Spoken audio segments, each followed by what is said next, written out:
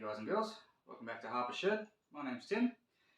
Behind me is my 1989 GPX750R. I've already got 2 episodes on this thing, so go back and check them out if you want to catch up. But essentially, it's almost ready for rego. There's a few more things we've got to finish off, and I can take it down and go for a blue slip.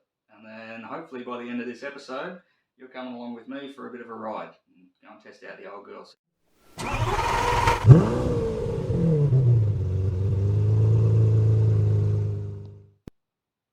So like I mentioned, there's a few things left off before we can go and take it for rego. As far as legalities are concerned and actual registration, the only things left to do are the horns. So they still don't do anything. So we need to troubleshoot that, find out where the fault is and fix it. And the mudguard. So as I said on the previous episodes, we do have a mudguard, all sprayed up, ready to go. It's off a different bike, so it's off a ZZR 600. It fits. It doesn't look too terrible, but the brackets don't line up. So the bolts just aren't even close. They're sort of a good 2.5 inches away. The same spacing, but yeah, it needs to be spaced up. And some brackets made. So I've got some sheet alloy there for that, and then legalities concerned is ready for rego. A few things to make the bike finished, and they're probably a little bit nicer to ride, is the headstock bearings need to be tensioned or preloaded. There's none on it, it's quite loose. The brakes need to be bled. And what else did we have to do? There's stickers for the tank.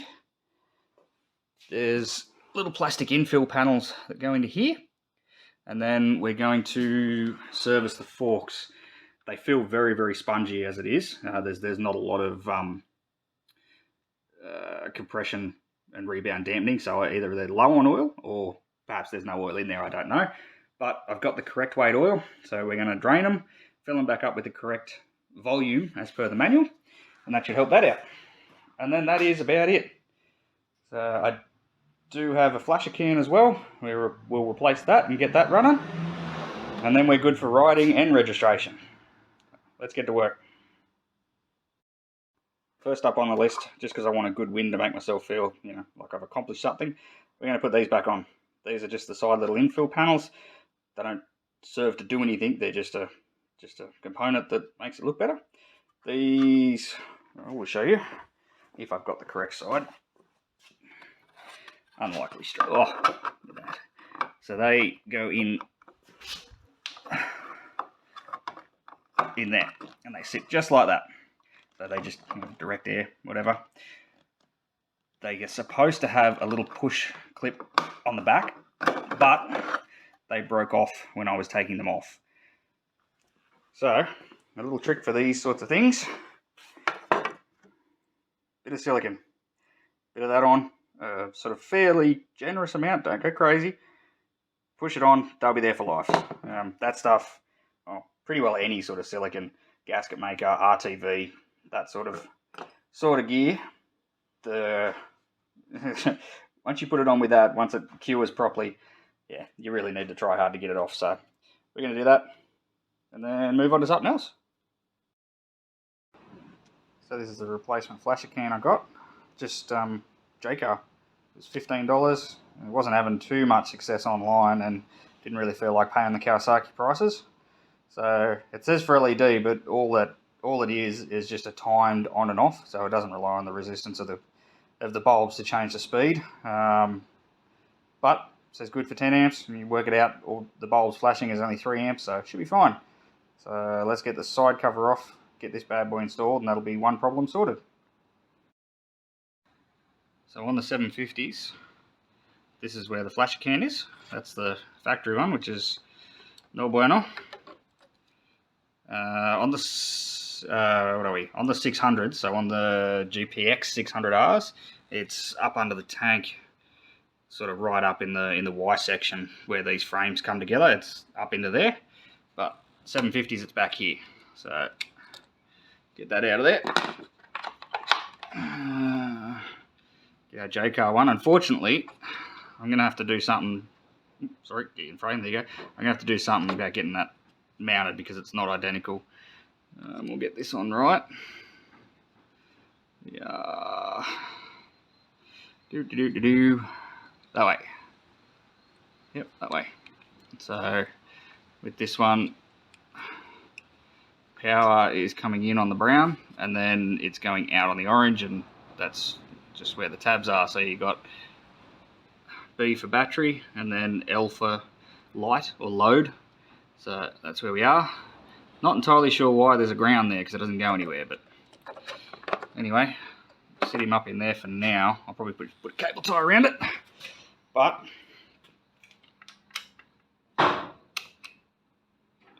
whoop, front one, just put a bulb in that. It wasn't blown, there just wasn't one. That side, center cancelling indicators. Never had that on a bike before. All the bikes I've had are too old. Anyway, we got indicators all around. I'll get you. So, one job down. Next job, I have a light out on the Parkers. So, turn the headlights on. I've only got one tail light, so I need to. Oh, never mind. I might want to clean the contacts up on that. Righto. Never mind. That's fine. Fixed. Geez, I wish all of it was that easy to fix. And do we have all the brake lights? So we should be able to see them come on. Yep, both brake lights. Right, well, winning. Secure that and be good to go. Alright, the next thing we're going to do is we're going to start troubleshooting these horns. Now, I don't know if the horns are any good, so the first place we want to start, really, is see if we have power at the horn. So, to do that, take them off. Now, black on this bike, not on everything, so don't assume, but on this bike, if it's black, generally speaking, it is a ground. So, put them there, wedge that one up in there, key on, push the horn button. Okay, so polarity's wrong, but there you go. You get that. So, black with a blue stripe in this instance is negative. Now, the horn shouldn't have a positive and negative, but I wonder if it does. It shouldn't.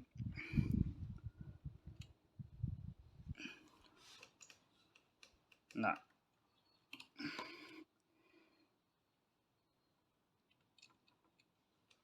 No. Alright.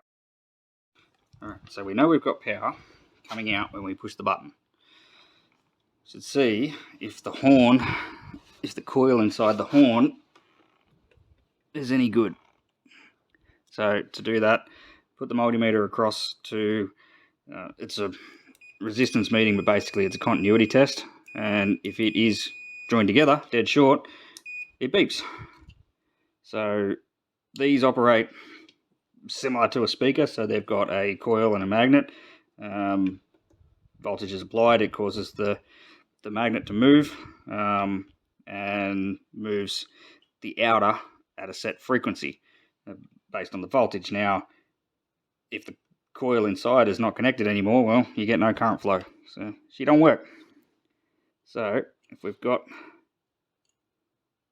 yeah, okay, so internally I'm on both the, let's see if I can bring it in. So I'm testing the two terminals, two posts, and there's nothing. So we might test the other one and see what we've got, and I'll dig around the shed, see if we can get a known good, or at least one that tests, and we'll try it out. Alright, so this is the one off the poor old RX-7. I don't know if, well, let's see if it works. So it's only one wire, so we get positive here and it's grounded through the case. So we're on continuity. Alright, so I'm tipping that that if I were to, here's some leads we made up earlier, to put some 12 volts on it, it can scare us. That's my guess anyway.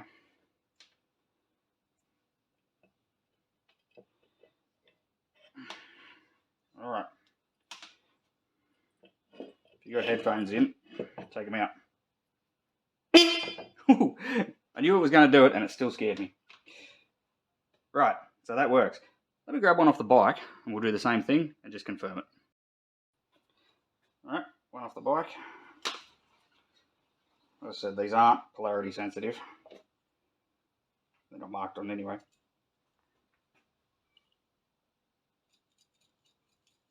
They're also not supposed to do that.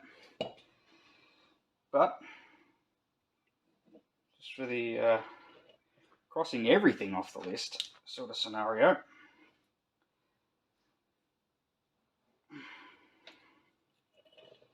So, wait, come here, I'm going to cross them up. Oh, okay, nothing. She did. So, let me dig around and see if I've actually got a motorbike horn spare and put that on it. That one there's a bit big and ugly. It'll work, it'll get me through Rego, but let's see if we can find something a bit more appropriate. Short time later, sometimes it does pay to not throw stuff out. So I have another project, I know, that eventually, if the channel stays around long enough, you'll get to see. Stealing that off that. So it's another old Kawasaki 4-cylinder, and if we, oh, come on,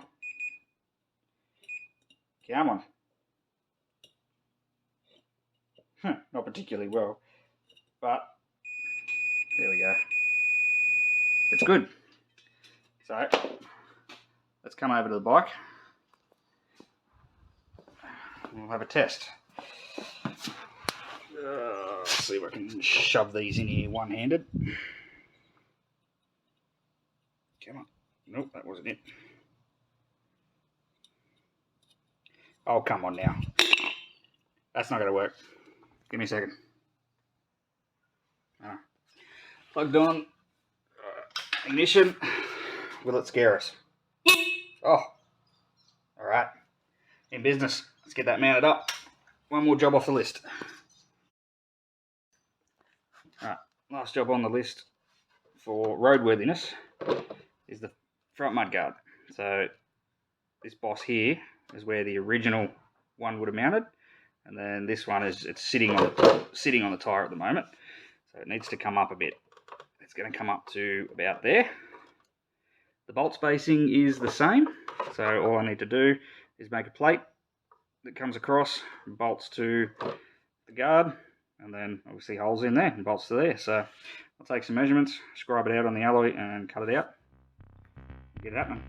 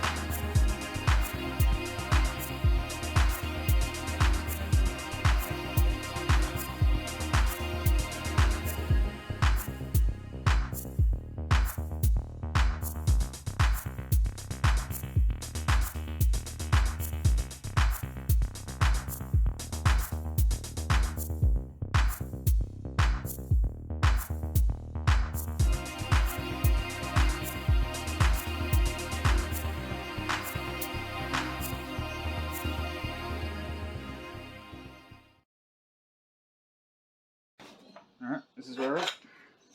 They're the brackets you just saw me make. Nothing flash. They don't need to be. But they should work. So they go on the outside. And I've got some countersunk M6 stainless steel. The inners of these have got a depression in them, designed for a countersunk bolt, because this sits fairly close to the tyre, so you need it flush. So they'll go through. They'll go on, and then we run them up. I am going to get some nylocks for it, but these will do just to get it on the bike. They're going to come off and get painted too, otherwise they'll stand out and they'll look ordinary. But I'm going to put these on, put it on the bike, make sure it all sits good, and then yeah, we'll take them off, paint them, and put some nylocks on them so it won't vibrate loose. Have it all mounted up. Brackets are in there. The nuts and bolts don't hit, which is good. Nothing hits, nothing fouls. Even all the original plugs or the retainer little doohickeys for the brake lines, even though this fairing is not for this bike, it's quite a few years newer, they're still the same size and they're still in the same places, so that's a win. I don't mind it. I like the shape. It is, if you sort of look, it looks like it's sitting up a little bit high. Sort of intentional, because I also have a set of rims off the same ZZR that fairing come off, front and rear, and they're a 17 inch. These run a 16 inch front. So I left a little bit of extra room up there so I don't have to remake the brackets when I go and put the 16 inch rim on. So, alright, kicking goals. What's next? Let's do the oil in the front forks. Alright, so we'll try and illustrate why I think there's nothing in the front forks. So the bike's on the centre stand at the moment. If we push down, it's a tad bouncy. Shouldn't do that. Now, I also know for a fact that these forks were put on, they were a second-hand set of forks, they were put on because, as I mentioned previously, the bike was stacked. So I'm going to crack the drain on it, which are down here. These little Phillips head here, that's the drain in the fork. I'm going to crack it and we'll see if anything comes out, because more than likely it's just been, the forks have just been installed and no fluid added, which is, you know, nothing wrong with that, it's to be expected. There we go. What do we got?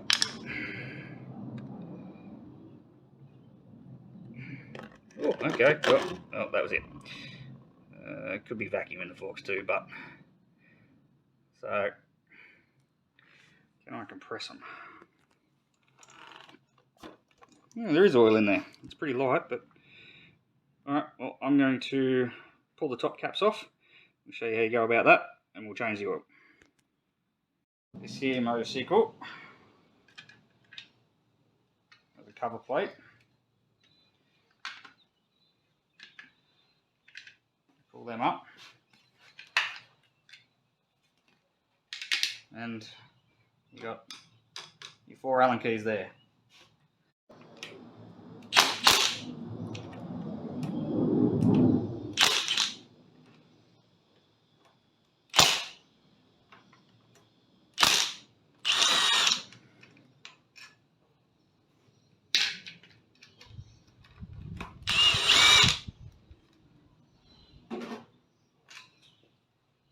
Oops. Little isolators in there. We'll get them out of there. Okay. They wiggle off the top. One out of there.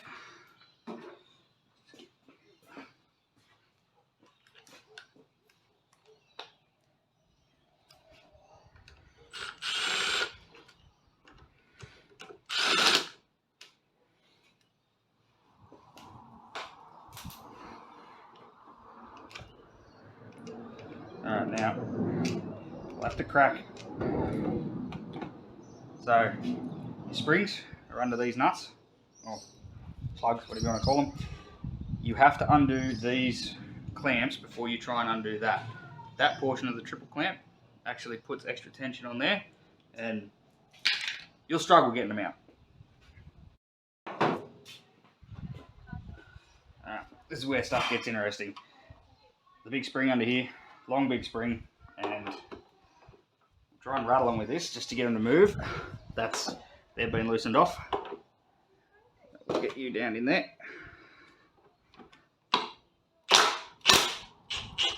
Right, now, the care comes in, because although this bike's up on the centre stand, there is a bit of weight on the front. Do these nice and gentle, and be prepared for the spring to push back. It shouldn't be astronomical, but there will be weight on them. And as I'm letting air in, I'm losing fluid. Oh, I'm pretty glad I'm changing that. She's pretty manky. Alright, so there's very little preload on them actually. So we do have a tube. That's to put preload on the spring, which is all the way down in there. That sucker's a long way down. Now we're going to get you out. Alright,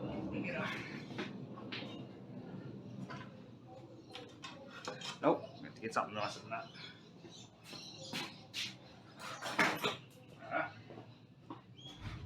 No ring pick, that'll get you. Top cap for the spring, just nothing special.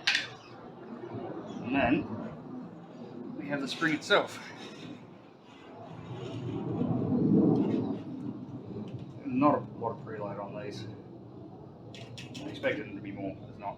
They're nice and clean, but that's about all there is to it. There is a big damper rod down in there, but that doesn't have to come out just to change the fluid. So we'll do the other one and we'll come back. Alright, so it's time to refill. This is what the manual gives us. So 750 model, fully compressed with no spring or spacers. So yeah, left fork, 120mm, and that's measured from the top of the oil level up to the top of the fork tubes, and plus or minus 2mm, and then the right fork has a bit more in it. That's more than likely to accommodate for the electronic anti-dive that's on it. So anyway, we'll put in what it asks. It does specify 1020. They didn't have that on the shelf. It's super cheap, so I got a straight 15 weight. So realistically, I'm not Casey Stoner. I won't know the difference. Righto, let's get these filled back up and get the springs back in. Now, I'll have to do this in 2 operations, but I'll try really hard and see if I can show it. So what I'm doing is sliding the ruler down, and I'll move it around, but I'm sliding the ruler down until I just see it break the surface of the oil, which is right there. That's just where it's broken the surface. And we're at 100 and, let me just double check that. I think there might not be quite enough oil in it yet. Just there. We are at, what are we? It's about 149, 148. So not quite enough oil in that. Then we reassemble in the order it come out. These springs aren't progressively wound. Some of them you'll find they'll be tied up one end and loose up the other, the spring ones. So these ones aren't progressively wound. Drop them in slow, because the space that the spring takes up can sometimes force the oil out of the top, depending on your levels. So put that one in. Now the trick here is I have to get someone to lift the front of the bike back up. There's obviously no springs on the forks. Lift the front of the bike back up so I can put the plug back in. So we'll do that, and then the front end will be, the springs will be back in, but I am going to lift this top triple so I can put more preload on the headstock bearings. Alright, so procedure for tightening the, that was loose by the way, so I still haven't gone through and nut and bolted the front end, definitely need to. But procedure for putting more preload on the headstock bearings is you take the nut off. Now these two are already loose. I had them loose because I needed to pull them off, and if everything's in alignment, which it is, that should just slide up. It shouldn't need to be banged or pried. Sometimes you can need to put a flat blade in between those and open them up, but you really shouldn't have to. So under there should be some sort of locking collar, which that is, and then that's the nut that applies pressure to the underside of the tapered bearing. So to apply more preload, you just put more tension on that nut. You're supposed to use a C-spanner. Don't have one, so it's just a hammer and punch and it just puts more preload down on the bearing. So I got about 3/4 of a turn out of it. So there was nowhere near enough preload. There shouldn't be a lot, but there should be. If the front wheel has no load on it, so someone sits on the back and gets the weight of the bike off the front wheel, you should feel drag. It shouldn't be loose and flop side to side. So anyway, some bikes do have quite a considerable amount, but it really, check your manual. I didn't see a specific amount for this in the manual, so I just went off feel. But I do know that some older bikes, especially when you get the old ones that are running staggered rim sizes, which this is as well, they put really tight headstock preload on them in order to combat head shake, because the staggered rim sizes could sometimes have a very big negative effect on head shake. So the torque for the top cap for this particular one is only 30 foot-pound, which this torque wrench is majorly oversized for. But it's the only one I've got at the moment. Let me get it across on the steering stop without breaking stuff. Come on.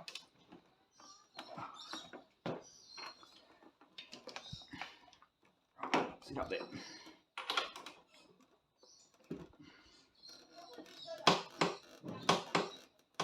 There we go. That's it. Put the rest of it back together as it come apart, and you're done. There are specific measurements which I checked, and they are right for how much your stanchions should stick up, or your uppers, sorry, your fork tubes should stick up through your top triple, and that has a big effect on your trail and also your steering angle. So pay attention, look at the manual, and make sure you do it to the right specs of your bike. So this is all going back together, and that's another thing I can tick off the list. Alright, I'll see if we can portray the difference. Now the forks are new fluid to the correct level. And we're not really pogo sticking anymore. They need more preload. We might go through it. Once we're up and running, we'll go through and do a bit of a very basic suspension setup for static sag and rider sag. But as it stands, this girl's ready for rego. So guards on. I just checked the entire front end. All the bolts are now tight and good. Indicators work, horn works. Did the preload on the headstock bearings. What else did we do? Well, that was about it, I suppose. Yeah. So let's get this thing loaded up on the trailer, and then I'll organise to get a blue slip done on it. I'm excited.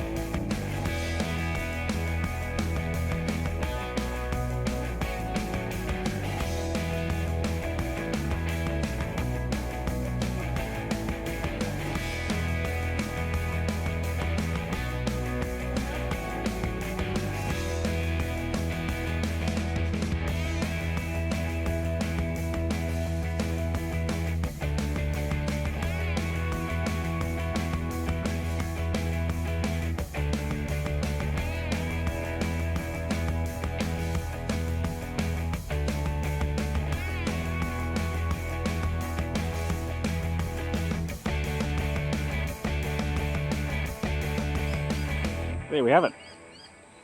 Bit of a ride. Pretty impressed with the old girl. It's got a fair bit of get up and go for what it is. So the start's pulling pretty good about 4. And by the time you're into about 6, it's yeah, it certainly starts to open up. So yeah, off the road for 10 years. 2012 is when it was in its accident, and here we are, 2022, back on the road. Yeah, don't mind the hair. Thanks all for watching, and yeah, we'll catch you next time out in the shed. Might even catch you out on the road, who knows. Stay safe.